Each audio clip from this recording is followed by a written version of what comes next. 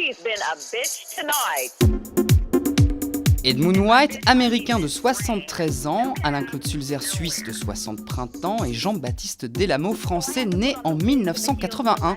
Trois auteurs ouvertement homosexuels, mais tous ne veulent pas être catégorisés comme auteurs de littérature gay. D'ailleurs, ça veut dire quoi, la littérature gay ?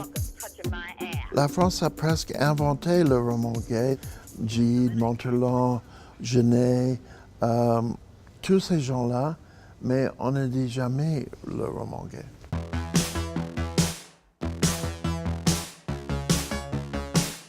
Au début des années 80, une revue française, Masque, m'a demandé « Est-ce que vous êtes un écrivain homosexuel ?» Et j'ai dit « Oui, bien sûr. » Et ils ont dit « Oh, ça c'est la première fois qu'on a répondu « oui » à cette question. En me mettant à la table, à mon ordinateur le matin, je ne me dis pas « Ok, je suis un écrivain gay ». Dans toute la critique allemande, française ou que ce soit, ça n'a jamais été reçu comme un livre de littérature gay. Je me considère et je m'assume comme un auteur homosexuel. En revanche, je trouverais réducteur de ne considérer mes livres que sous cet angle-là. Il y a beaucoup de jeunes qui n'aiment pas cette idée. Je pense que c'est hypocrite un peu parce que peut-être c'est pour des raisons commerciales ou pour des raisons idéologiques. Soyons clairs, si la majorité refuse l'idée d'un rayon gay, c'est pour ne pas se retrouver coincé entre des garçons en slip dans des librairies spécialisées, CQFD. Autre question, écrire l'homosexualité, est-ce encore un acte politique ? Non, a répondu la majorité, en tout cas plus en Europe ou aux US, où être gay est, disons, accepté. Mais alors, que faire lorsqu'on est traduit dans des pays où l'homosexualité est encore pénalisée ? Il y a quelque part où je n'ai pas été catégorisé, mais comme on dit, tout à fait marginalisé, ça c'est quand le livre Un garçon parfait a été traduit en Russie. Ça par contre, il n'y a pas eu une seule critique, rien du tout. Alain-Claude Sulzer n'ira pas en Russie, pays qui a durci ses lois de discrimination à l'égard des homosexuels.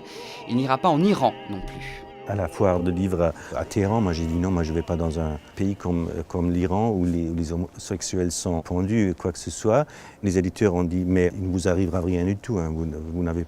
Alors j'ai dit le problème c'est pas moi, hein, le problème c'est quand même d'avoir une certaine Meinung, une opinion, puis quand même de rester un peu strict sur ça.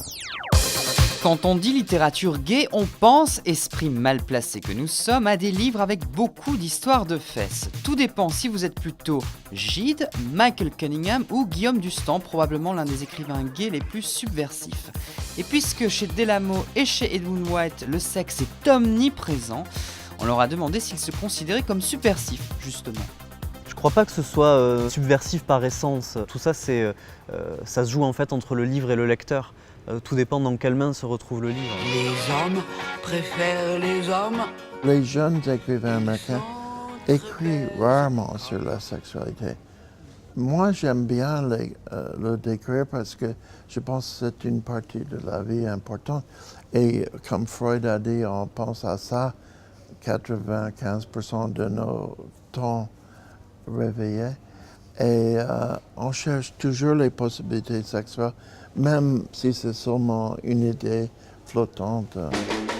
On finit par une drôle de confession d'Edmund White, chantre de la littérature de genre. Ici à l'hôtel, il y avait une dame américaine, elle a dit « Vous êtes qui exactement ?» J'ai dit « Edmund White, oh, jamais entendu parler de... » Mais c'est toujours le cas en Amérique. Si on a entendu parler de moi, c'est parce que eux, ils sont pédés.